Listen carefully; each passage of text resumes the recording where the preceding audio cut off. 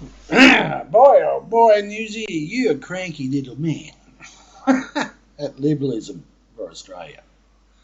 I know he's got his own mouthpiece, but I'm going to buy into this discussion too, Newsy. What Liberalism for Australia is quoting is quite correct. By putting a carbon taxation on our coal fields and our coal manufacturers, you are placing them at a disadvantage on the world market, because we are not the only country that digs up coal and sells it to China or Japan. So what Liberalism for Australia is saying is quite correct. The other point is too, the other part he was making was that the Australian federal government through Treasury has made up models to say that we reduce coal production in 2050 from 80% to 30%. And that's on steaming coal for power generation. That's another disadvantage we put our coal industry to. One, you're putting a carbon taxation on the coal producers, which puts them at a disadvantage on international markets to sell coal, Australian coal, to overseas. You can't seem to understand this. The other point too being that if we reduce coal production from 80% to 30%, that puts a further disadvantage to us and also reduces the ability to sell coal overseas. So we're reducing there as well. And this is what Liberalism for Australia is trying to tell you. But you got on your high horse and started abusing Liberalism for Australia when he's pointing out quite correctly what he's saying. This is not from Tony Abbott. This is coming from the coal manufacturers themselves. If you read anything from the coal producers, you would understand this on international markets. This is quite pure economic sense. No good swearing and yelling and carrying on at Liberalism for Australia, because what he said was quite correct. Other points being that if we are to reduce coal manufacturing, the mining of coal from 80% to 30% by 2050, we would have to find immediately in the next 40 years renewable energy sources that are not available at the moment. Because the renewables, even at the present time, aren't even capable of powering up our power grid to 5% at the moment. They would have to produce up to at least 80% of demand on our power grid. That for the reduction of the use of coal in power generation. You don't seem to understand these figures, Newsy, and obviously you don't. And these come from the modelling of not only the Australian federal government, but also from the coal industry itself. I'm sorry, but it's not from Tony Abbott. Tony Abbott is relaying the figures back from the Australian government and the coal industry.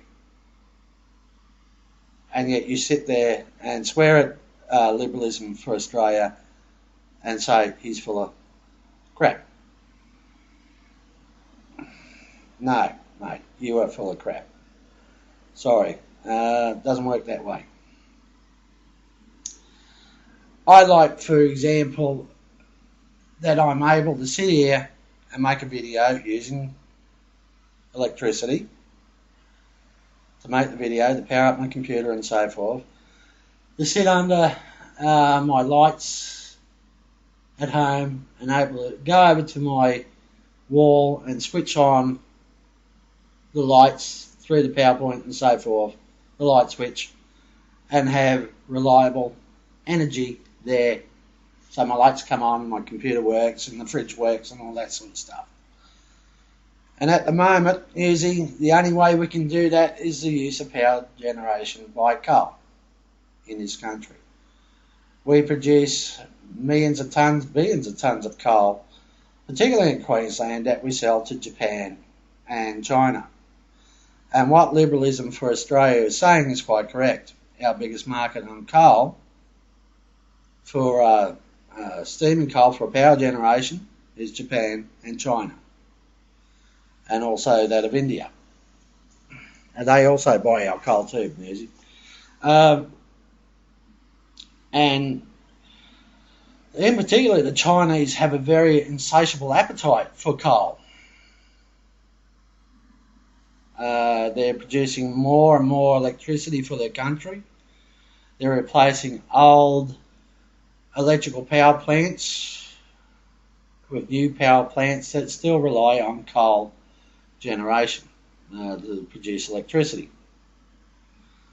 You said that all the carbon pollution is suddenly turning into mercury. Well, mercury is a different chemical altogether than that of carbon dioxide. Carbon dioxide is a gas, mate, not a base element like mercury, and it's affecting river systems.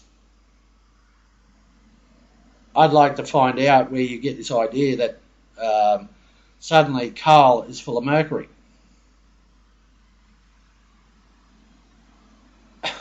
Really? It's full of mercury now, is it?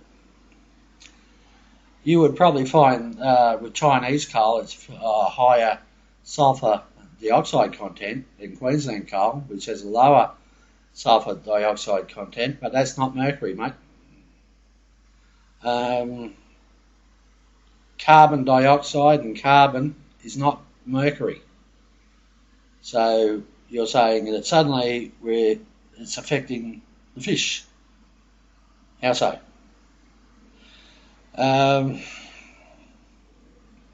There's several different types of chemicals there, mate, and mercury is not one of those elements you will find in coal itself to a great extent.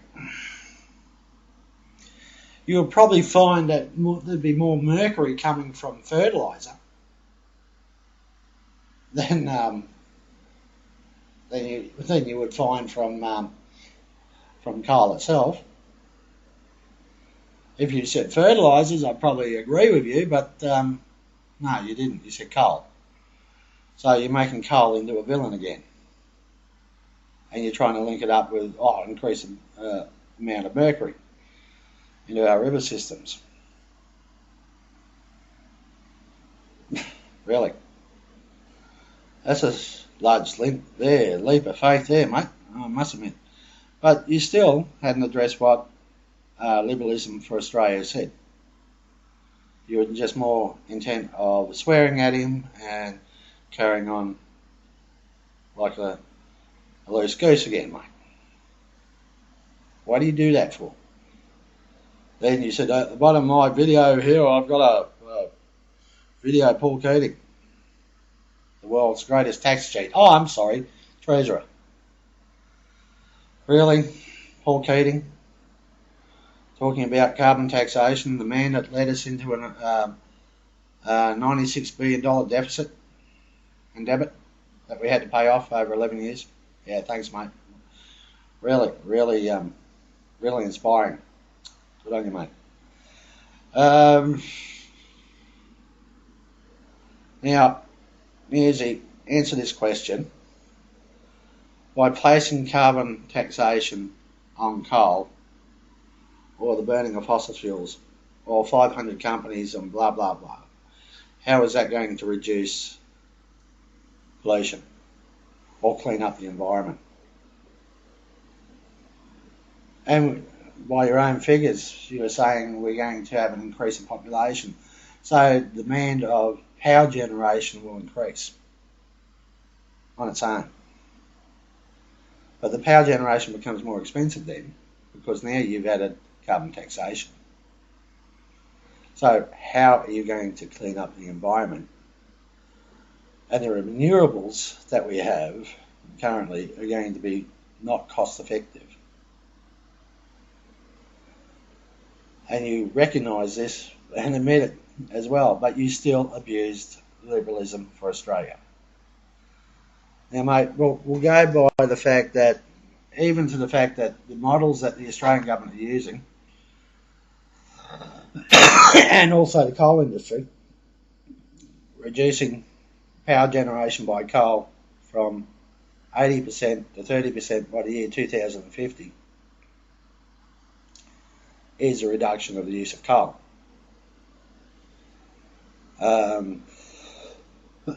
Excuse me. And you can't seem to understand that. So we have to rely more on renewables again, which unfortunately aren't there and aren't going to come up to the bat to at least power 5% of the power grid. So we're going to have to rely on coal, mate.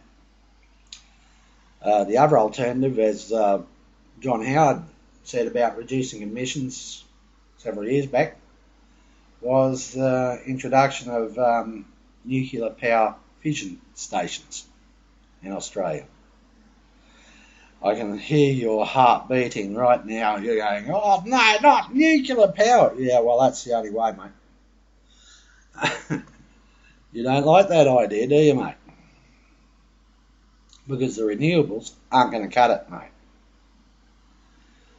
The only most probably cost-effective renewable there is would be hydroelectricity, like out in Tasmania. But the Greens don't want us to build hydro dams because it releases carbon dioxide into the atmosphere. Really? Nah. Good on it, mate. And, you know, the mathematics is there from not only the federal government under Gillard and the Treasury modelling, but also the coal industry. And you just don't like it. And Liberalism for Australia pointed it out. And you got annoyed. If you don't understand the mathematics, mate, and it's not mathematics from Tony Abbott, mate, it's mathematics from the Treasury and the Australian government and also the coal industry. And if you don't like it, well, that's just tough. It's not, doesn't serve your point by abusing Liberalism for Australia on a video. And then producing this video of Paul Keating. Doesn't win you a debate, mate. It just proves that you're not listening again. And you made a video about that Liberal bloke at one of Tony Abbott's rallies abusing that woman in after a rally in Sydney. And yet here you are abusing Liberalism for Australia over the internet. Well, excuse me, mate, what's the difference? You swore at that man, you continue to swear at him and so forth. So what's the difference, mate? Okay? Liberalism for Australia has a point of view. You have every right to disagree with Liberalism for Australia, and obviously you did, but you are far worse in abusing Liberalism for Australia over the internet than that man that harassed that young woman in the street last week. Revert back to one of your videotapes last week, mate. You mentioned it and talking about Tony Abbott and so forth. But here you are abusing Liberalism for Australia for having a counter point of view towards your own. You got angry and decided to abuse Liberalism for Australia over the internet. There's no difference, mate. There's no difference there. So try and keep an even keel on it, mate. Sorry. See you later, mate. Bye.